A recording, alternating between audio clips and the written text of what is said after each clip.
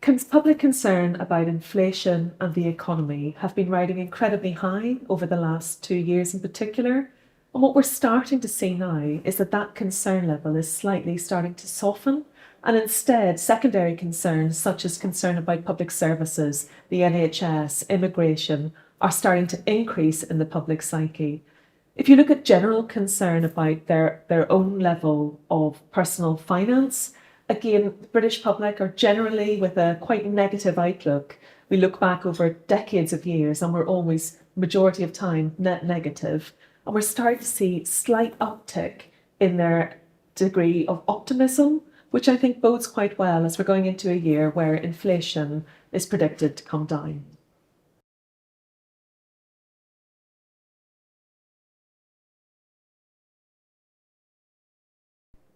As a pollster, we're constantly tracking voting intentions of the British public, how they feel about the political parties, the leadership, and in particular, how they feel about the policies that are being put forward by each of the parties.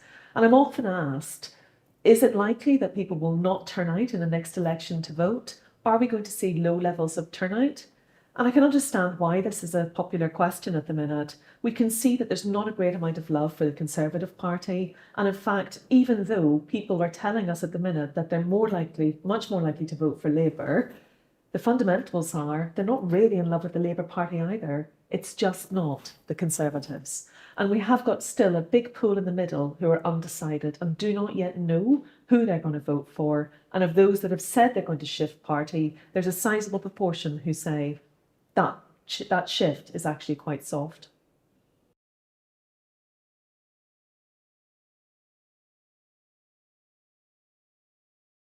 As we go into GE 2024, I'm often asked, what do you think voters will care about when we get to, most likely, October next year?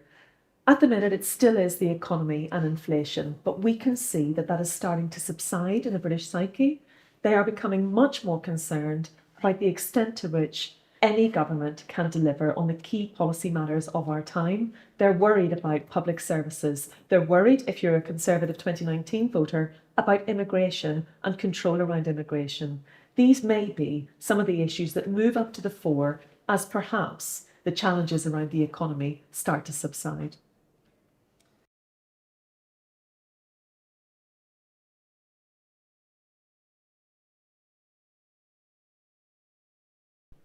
When I look across the wealth of data that we hold on attitudes and opinions in British society, what I can see coming through clearly in the current decade that we are in is that this decade, the public are feeling particularly restless. We're seeing a lot of activity and movement in what's concerning the British public and how they think and how they feel about really fundamental things that impact on their value set. These are things that don't normally change. Your values, how you feel about the death penalty, whether or not you think climate change is real. These things are fundamentals and they're part of your psyche. Some of the way in which we feel as a population, that's starting to move. Why is that?